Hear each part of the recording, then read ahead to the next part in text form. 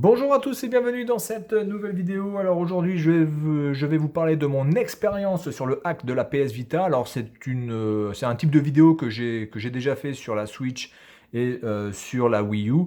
Donc ce n'est pas une vidéo pour vous apprendre à hacker votre PS Vita. Par contre je vais mettre les liens que j'ai suivis, les liens internet et les liens YouTube que j'ai suivis pour hacker et pour pouvoir télécharger des jeux. Ensuite, libre à vous de tenter, de pas tenter de le faire. Ça, c'est votre liberté personnelle.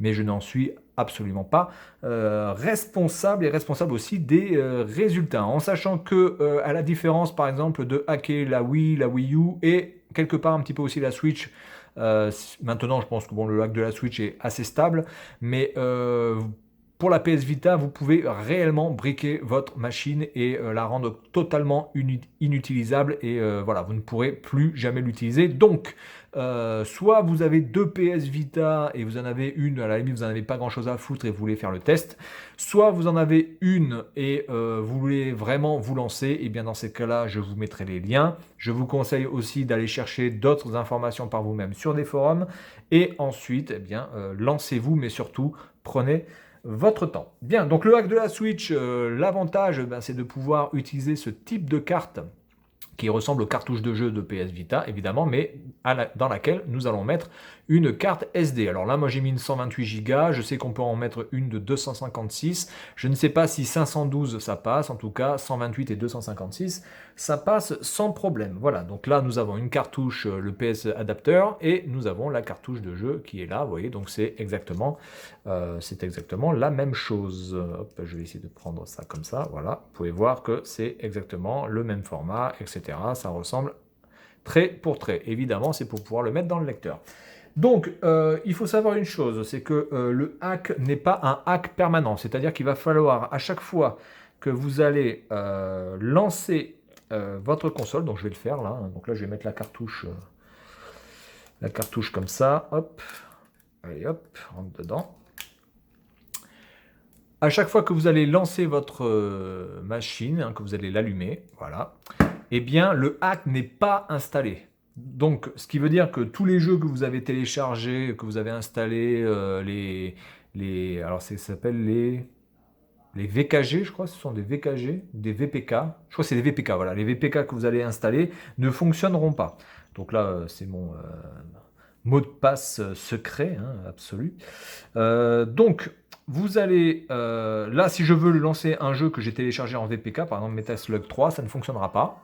Ça me marquera erreur, une erreur est survenue. Bien, donc pour pallier à cette erreur, il vous faudra le Molecular Shell que vous allez installer en suivant les tutos que je vais vous donner. Il sera installé comme ça.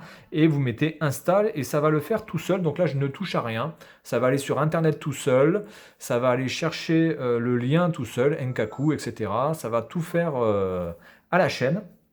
Et une fois que ce sera fait, eh bien, je vais pouvoir jouer aux jeux que j'aurai téléchargés. Par contre, les jeux physiques comme ceux-là, les officiels, ne fonctionneront plus. Donc ce qu'il faudra faire, c'est de éteindre votre console, de ne pas installer le hack et vous pouvez rejouer à vos jeux, physiques que vous avez achetés, évidemment.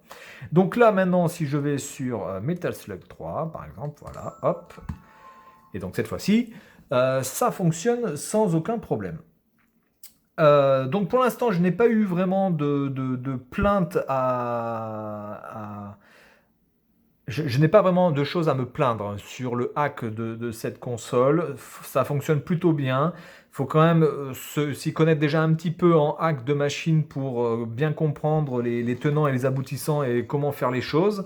Il vous faudra aussi évidemment installer VitaShell. Alors c'est pareil, ça ce sera dans le tuto VitaShell qui est ici, voilà, et qui vous permet en fait d'accéder à vos fichiers et de pouvoir connecter votre console, soit via le câble USB, soit via FTP, c'est-à-dire un protocole, un protocole sans fil, protocole via le réseau, voilà, parce que votre machine, par exemple, là, si je vais sur Select, vous pouvez voir ici que j'ai l'adresse de l'adresse IP de la console, hein, 168.1.101 et le port 1337, ce qui fait que moi sur mon ordinateur avec un client FTP comme FileZilla par exemple, je peux taper cette adresse et donc mon ordinateur et la console vont communiquer et je peux transférer les fichiers sans câble, parce qu'il faut savoir que des fois, le câble USB, des fois, n'est peut-être pas reconnu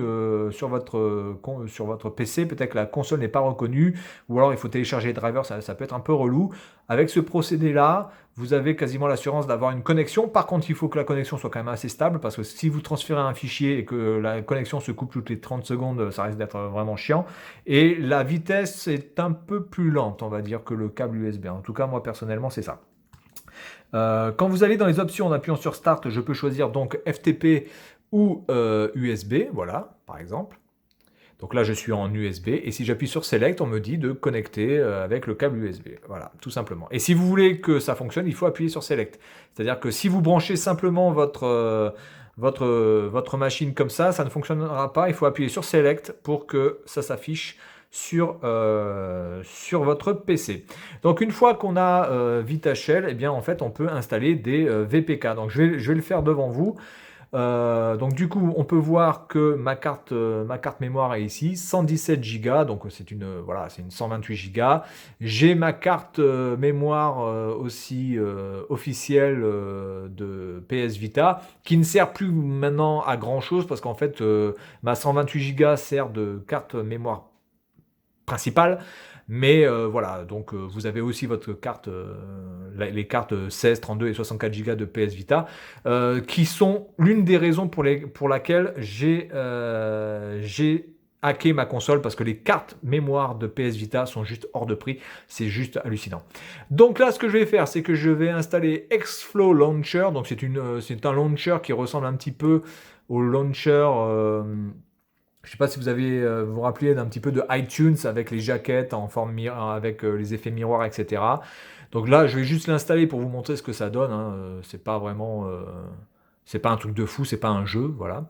Mais en tout cas, tous les VPK, vous pouvez les installer comme ça.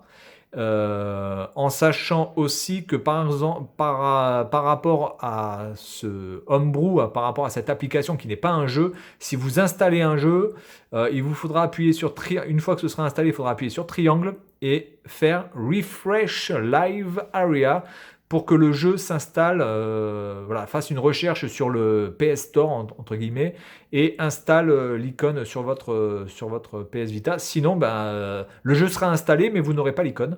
Donc vous serez obligé de faire Refresh Live Area quand vous aurez installé un jeu. Bref, en tout cas, pour ça, maintenant, je quitte. On va aller sur l'application que je viens d'installer, Xflow. Voilà, hop, on y va. Et ça permet, voilà, d'avoir un launcher un peu plus stylé. Mais enfin, honnêtement, ça sert pas à grand chose, hein. Voilà. Vous voyez, là, vous avez tous les jeux. Alors, celui-là, par exemple, je ne sais pas pourquoi il est là, parce que j'arrive pas à le retrouver. Mais enfin, bref. Voilà, donc là, vous pouvez voir tous les jeux que j'ai téléchargés. Certains pour des tests, certains pour vraiment jouer, etc. Ça, c'est un excellent jeu, Uppers. Si vous ne connaissez pas, je vous conseille ce jeu, il est vraiment excellent. Et un autre jeu que j'ai téléchargé qui est vraiment excellent, Guilty Gear X, vraiment très bon aussi. Et je crois que c'est tout. Voilà. Donc voilà, ça fonctionne plutôt bien. Mais encore une fois, il faut vraiment faire très attention à ce que vous allez faire. Donc moi personnellement, j'ai pas eu de mauvais retour par rapport à ce hack. Il y a des fois, ça ne marchait pas, mais c'était vraiment ma faute. J'avais pas forcément suivi la procédure et ça n'a pas briqué la machine. Mais globalement, j'ai pas vraiment à me plaindre. Ça fonctionne très très bien. Prenez le temps de le faire. Alors par contre, il faudra downgrade votre firmware, parce que je ne pense qu'en 3.73 directement, ça ne fonctionne pas. Il faudra passer en 3.60 ou en 3.63 ou 3.65, il me semble. Mais hormis ce downgrade qui peut être là le problème, donc trouvez les bons liens, trouvez les bons trucs, hein, pour pouvoir le faire, parce que si jamais vous faites un changement de firmware et que le firmware est daubé du cul, vous risquez de briquer votre machine. Je vais juste maintenant vous montrer que en n'ayant pas lancez le hack, vous pouvez jouer à vos jeux officiels. Et puis, on s'arrêtera là. Voilà, donc ça coûte pas grand chose, hein. Ça doit coûter, voilà, ça doit coûter 3 euros ou 4 euros sur Alibaba. Alors le problème c'est que achetez autre chose que ça, c'est-à-dire que si vous achetez que ça va vous coûter plus cher en port que le truc lui-même, donc essayez de trouver d'autres articles à acheter chez le vendeur, parce que si vous n'achetez que cet adaptateur, ça risque de faire un petit peu cher du kilo pour la livraison. Voilà, donc là j'ai mis le jeu officiel Rayman Legends, d'ailleurs que je vous conseille, jeu que j'ai absolument sur toutes les consoles, sur tous les supports possibles, sur Wii U, sur Switch, sur PS4, sur Xbox One, sur PS Vita. Il me semble que pour l'instant c'est tout. Je sais pas si je l'ai même pas sur PC d'ailleurs. Par contre sur PC je crois que je l'ai pas acheté, mais je crois que je l'ai sur PC aussi. Je sais plus. Enfin en tout cas je l'ai quasiment sur toutes les consoles. C'est un jeu qui est vraiment excellent. Pour moi l'un des meilleurs Rayman jamais créés. Donc là. Rayman Legends, vous pouvez voir qu'il est en train de chercher la carte, mais la carte de jeu, et donc du coup il est installé ici, je le lance, et donc là ça devrait fonctionner. Voilà, ça se lance sans aucun problème. Par contre, si vous mettez le hack, c'est-à-dire que si vous lancez le hack avec cette carte, que vous changez la carte et que vous remettez le jeu, ça ne fonctionnera pas. Voilà, donc c'est tout pour cette vidéo sur mon expérience du hack de la PS Vita. Je vais vous mettre tous les liens. Si vous avez des questions, vous pouvez évidemment me demander et j'essaierai de répondre au maximum de mes capacités techniques. Mais sachez quand même avant tout qu'il faut absolument bien réfléchir à le faire, parce que ça peut être vraiment sur cette console-là un brick irréversible. Voilà, donc c'est tout pour cette vidéo. Et puis moi je vous dis à la prochaine. Salut à tous.